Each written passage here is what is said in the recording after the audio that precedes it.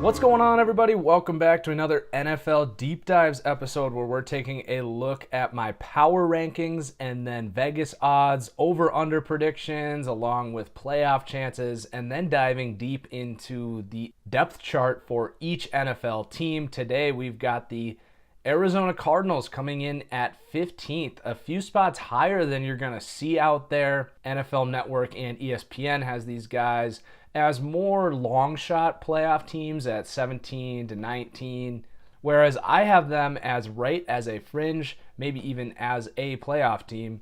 A couple reasons why I'm higher on this Cardinals team than a lot of people. Number one is this was a very good football team, pretty quietly a very good football team. I think they had a couple games where they were pretty much uncharacteristic in making really bad mistakes. The Miami game comes to mind there. That's definitely a game they could have and should have won, to use the cliche, beating themselves, certainly there. And just simply some missed field goals costing them wins. I think this was a very good playoff caliber team last year that just didn't get it done. And if you remember, heading into last season, I think almost half of the analysts that I follow were predicting the Cardinals to win the Super Bowl. I was definitely not as high on them. I thought that their 2015 was about as good as they were going to get, that Carson Palmer is kind of a hindrance to this team, yada yada. But I definitely tend to be less radioactive perhaps from year to year. I definitely don't overreact or underreact to too much from the year before. This roster is still very similar to that 2015 team. And then the other reason I am pretty high on this team is they have a true identity. They know they're going to run the ball well, throw the ball deep, probably off of play action, and play good defense. This is going to be a really good defense. The defense is why I am so optimistic about this team. Offensively, they're never going to be elite with Carson Palmer. I think 2015 they were very, very good. But they're not going to be what they were in 2015. They'll be a new version of this offense. So Vegas has this team winning 8 games. And that seems pretty low to me. I'm actually taking the over. This is a bet that I will actually take. Whereas most of these over-unders in these videos, I'm saying where I would lie if I had to, but I'm not actually making those bets. This is a bet that I'm actually going to do, over 8 for the Cardinals. As long as they can limit those key mistakes that they made last year. As we look at the schedule here, this team could easily get to 8 wins for sure, which is a push. You get your money back. But I think 9 wins is very reasonable, and I think they could get to 10 wins. And we'll see where I actually end up falling there. At the end of these deep dive videos, I'm going to do a speed round predicting the record of every NFL team, along with Super Bowl predictions. Anyway, I like the over 8 this year for this Cardinals team. I think offensively, they'll be good, but not top 10. And then defensively, they should be back to being a borderline top 8 defense.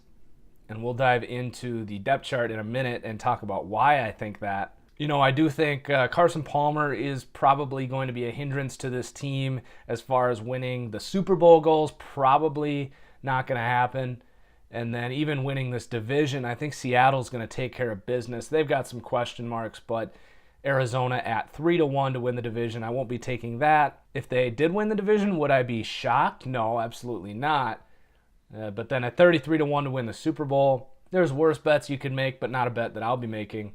So then jumping into this depth chart here, I've already talked a little bit about Carson Palmer. I think he is the perfect example of a systems quarterback. He will be able to make those first couple reads, get the ball out on time and accurately, but really doesn't offer much more than that. You know, not really any plus traits as a quarterback. Getting up there in age, definitely a guy that would need to be surrounded by elite talent in order to carry an offense pretty far into the playoffs. We've really seen him shut down in the playoffs against defenses as they do take away his system. You know, you can scheme against a system. You can't scheme against a quarterback with 2 or 3 plus traits, which is why the best quarterbacks play in the conference championships every single year. Palmer is definitely good enough to get this team to the playoffs, but I do think it's going to really cripple this team yet again towards the end of the year. Then Drew Stanton, Blaine Gabbert. I thought Blaine Gabbert was actually okay, so a decent backup there.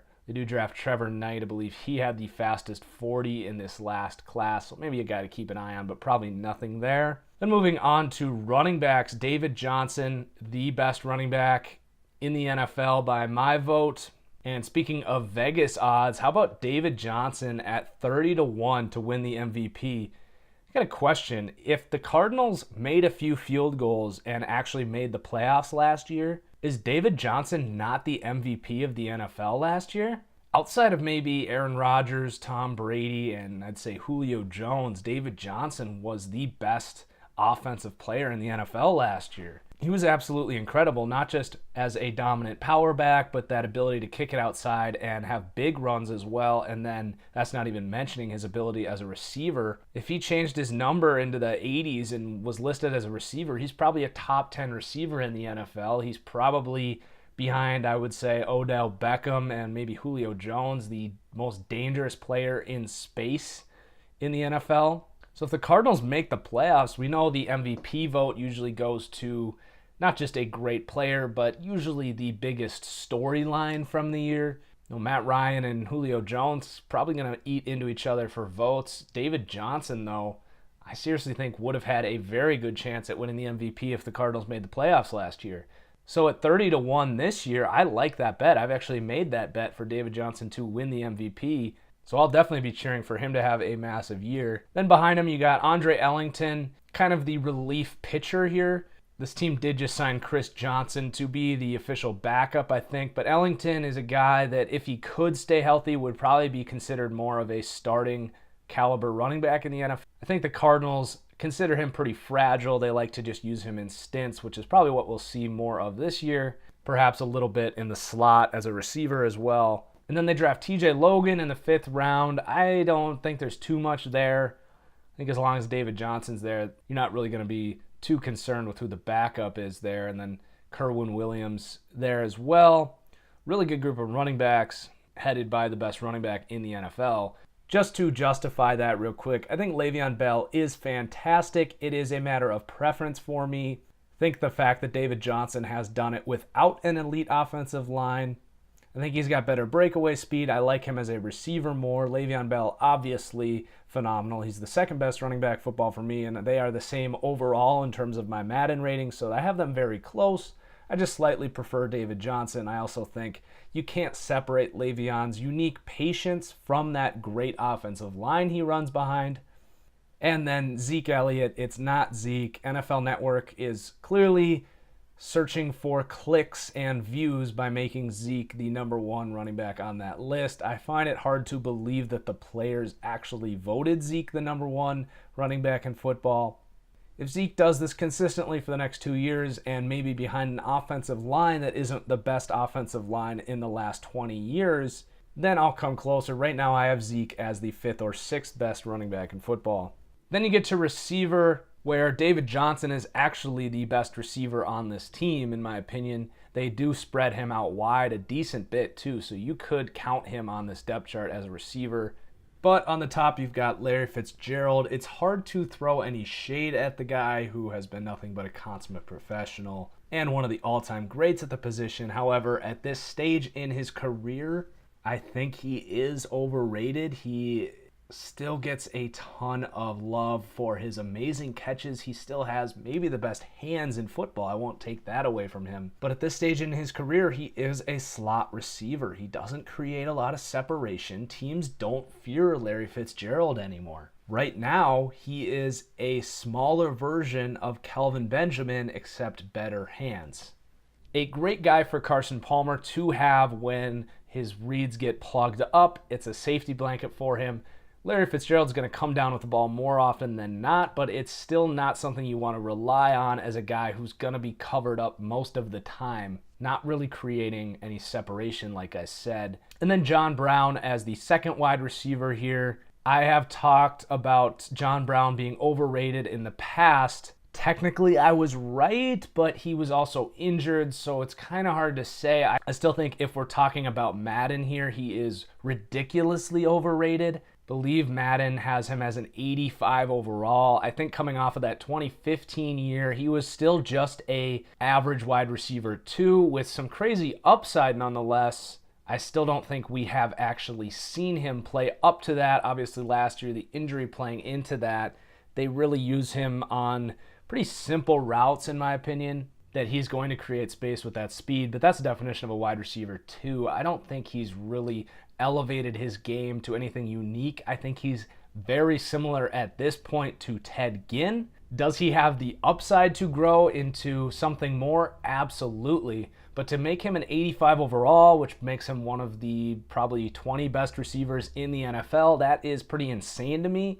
Until we see it, I'm not buying into John Brown. Then you got J.J. Nelson, Britton Golden, Jerron Brown, a combination of pretty good backup receivers there. Aaron Dobson, Jeremy Ross also on this depth chart. And then they draft Chad Williams in the third round, kind of buried on the depth chart right now at a Grambling State, but a really good athlete, a guy that has had a lot of pre-camp hype, and a player that I think is in maybe 3 years going to be the number one receiver on this team, with John Brown being the number 2. Love the upside, love the size, speed combination. Do we see him this year? Probably not. There's probably too many guys ahead of him right now, but maybe gets on the field towards the end of the year, but definitely a guy that'll be a top of my watch list for the preseason. This team, by the way, playing the first game of the year a week from yesterday, the Hall of Fame game, which is going to happen as long as the field crew in Canton don't pour tar on the field again, or whatever that was. So an average to slightly above average group of receivers for me, with some future upside there with guys like Chad Williams and I suppose John Brown. And then this offensive line, it's slightly a bit of a liability right there with Carson Palmer in terms of the upside of this offense. You got DJ Humphries right now listed as the left tackle, Jared Valdir the right tackle. We'll see which side those guys end up playing, but those will probably be the starters. Valdir, a solid player on the downswing of his career, however. And then Humphries, a former first-round pick who has struggled to this point. Cardinals are going to need him to have a good year. The interior of this line is a little better. You got Mike Upati, a stud left guard. A.Q. Shipley, a replacement-level center. And then Evan Bomi,